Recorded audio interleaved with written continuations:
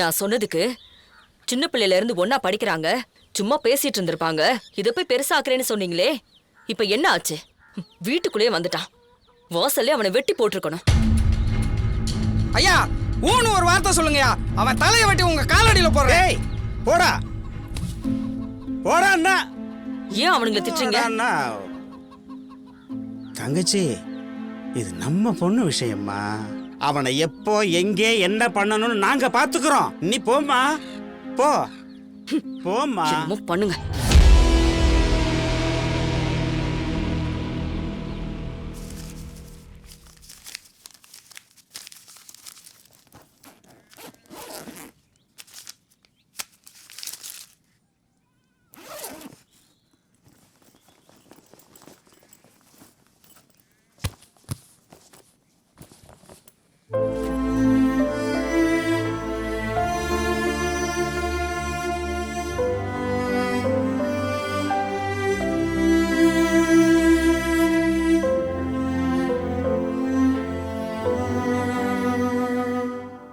தம்பி நவீன், அப்பா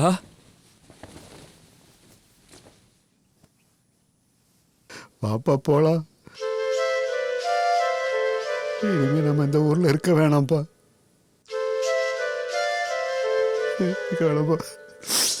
அப்பா சத்தியமா நான் திருடலாம் போலப்பா, நம்புப்பா.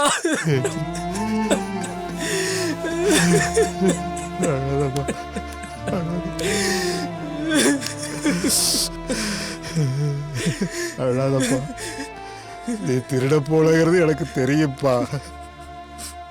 இந்த வயசுல இதெல்லாம் வர்றதெல்லாம் சகஜம்தான். நாம தான் கொஞ்சம் தள்ளி இருந்திருக்கணும். ஆரம்பத்திலே சொன்னேனேப்பா, பார்த்து நடந்துக்கன்னு. இப்ப பாத்தியா? அதனாலதான் சொல்றேன், இனிமே இந்த ஊர்ல நாம இருந்தா நிம்மதியா இருக்க முடியாதுப்பா. நிம்மதியா இருக்கவும் விட மாட்டாங்களேப்பா. உங்க அம்மா நம்மளை விட்டுட்டு போனப்ப உனக்கு 2 வயசுயா. பிள்ளைய படிக்க வச்சு பெரிய ஆளா ஆக்குங்க. நான் இருந்தாலும் இல்லாட்டியும் எப்பவும் உங்க கூட துணையாதான் இருப்பேன்னு கடைசியா சாகறதுக்கு முன்னாடி சொல்லிட்டு போனாயா. அதனாலதான் என்னால இன்னொரு வாழ்க்கைய நினைச்சு கூட பார்க்க முடியலையா. இந்த 15 வருஷமும் மாட்டு காலடியிலேயே வாழ்க்கை போயிடுச்சியா. உனக்காக மட்டும்தான் நான் வாழ்ந்துகிட்டு இருக்கேன், புரிஞ்சுக்கப்பா.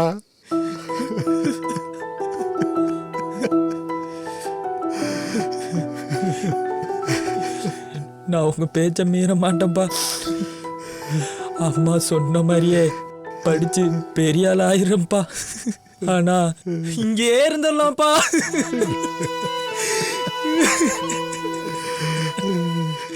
நீ இங்க இருந்த தடம் மாதிரி போயிருவப்பா. தயவு செஞ்சு அப்பா சொல்றத கேளியா. பாப்பா போயிடலாம்.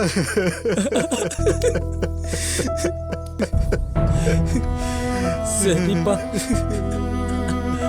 போயிடலாம்ப்பா.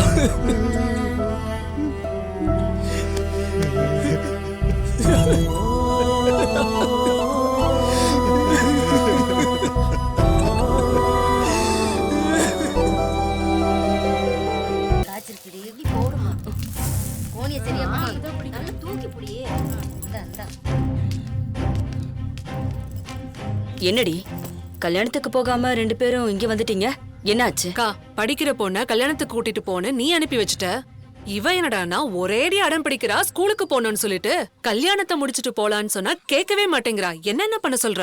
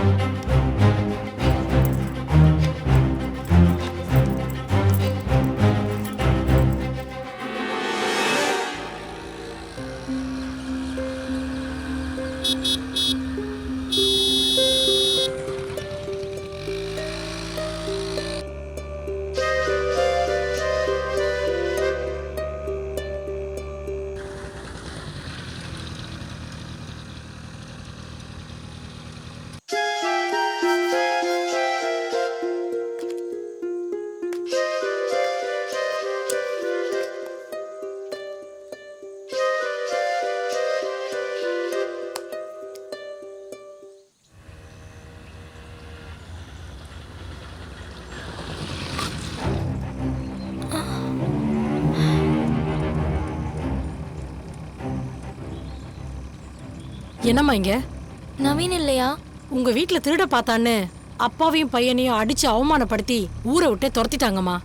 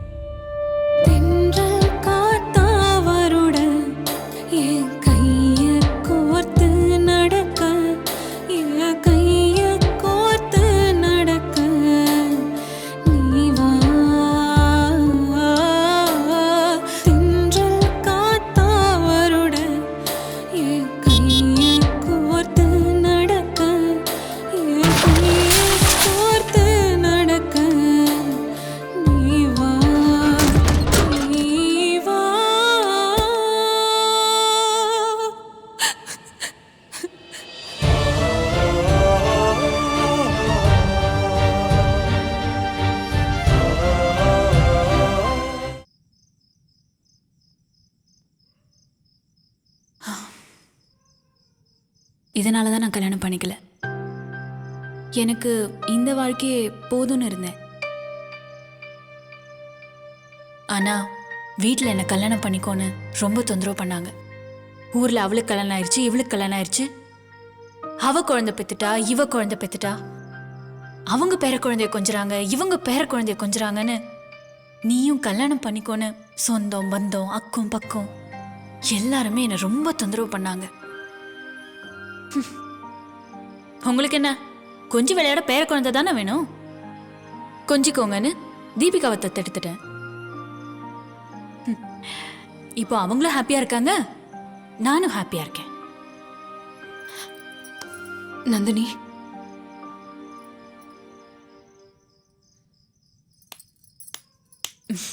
நீ எதுவும் சொல்ல வேணாம். இவ்வளவு வருஷம் கழிச்சு உன்னை பார்த்ததே எனக்கு ரொம்ப சந்தோஷம். எனக்கு அதுவே போதும். தீபிகாவை எழுப்பி கூட்டிட்டு வா, சாப்பிடலாம். வா.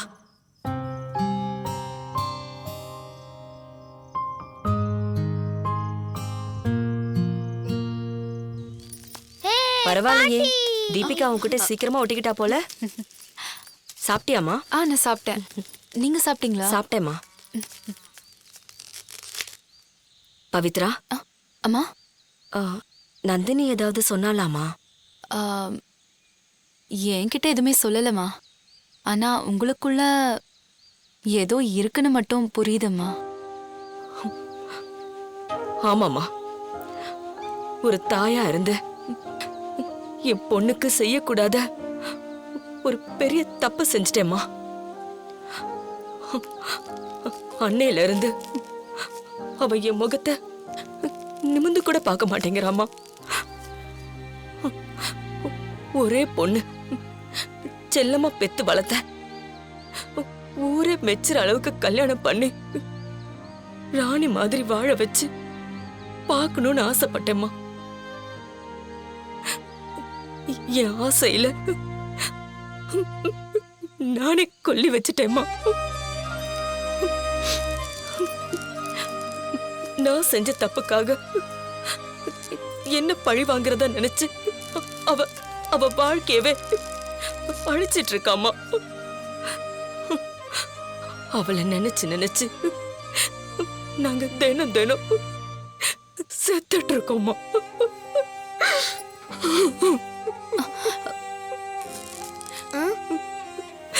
வெளியில தலை காட்ட முடியலம்மா.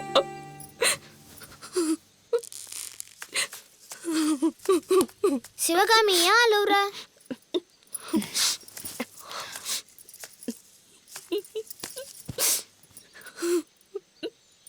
கவலைப்படாதீங்கம்மா, எல்லாத்துக்கும் ஒரு காலம் வரும், நல்லது நடக்கும். அத நினைச்சுதாம்மா நான் இன்னும் இருந்துட்டு இருக்கேன்.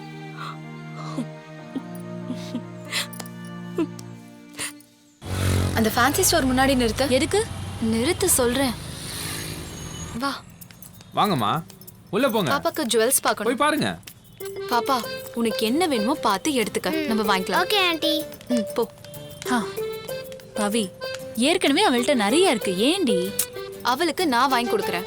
உனக்கு ஏதாவது வேணும்னாலும் சொல்லு, வாங்கி தரேன். போடி.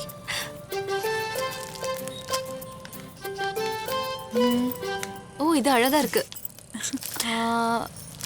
இது வாவ், சூப்பரா இருக்கு.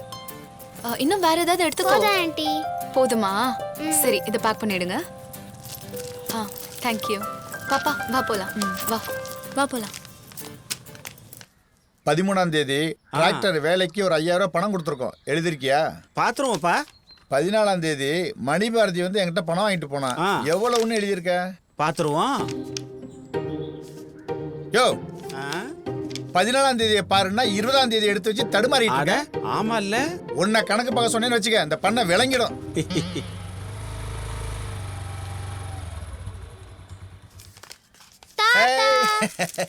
என்னடா அதெல்லாம்? எப்ப கடைக்கு போனாலும் ஏதாவது கிஃப்ட் வாங்கிட்டு வந்துட்டே இருக்கிறேன், இந்த பழக்கத்தை விட மாட்டியா? தாத்தா, நான் வேணாம் தான் சொன்னேன். பவித்ரா ஆண்டி தான் வாங்குவாங்கன்னு சொன்னாங்க.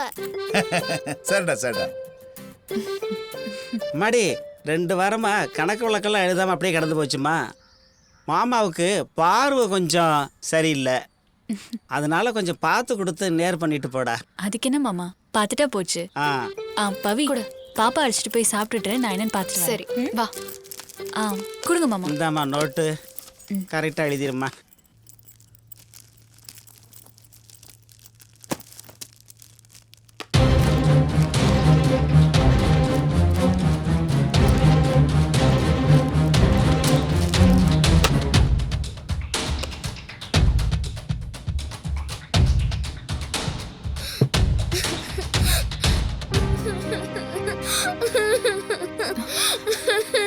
இப்ப என்னாச்சு? ஏன் அழுவுற?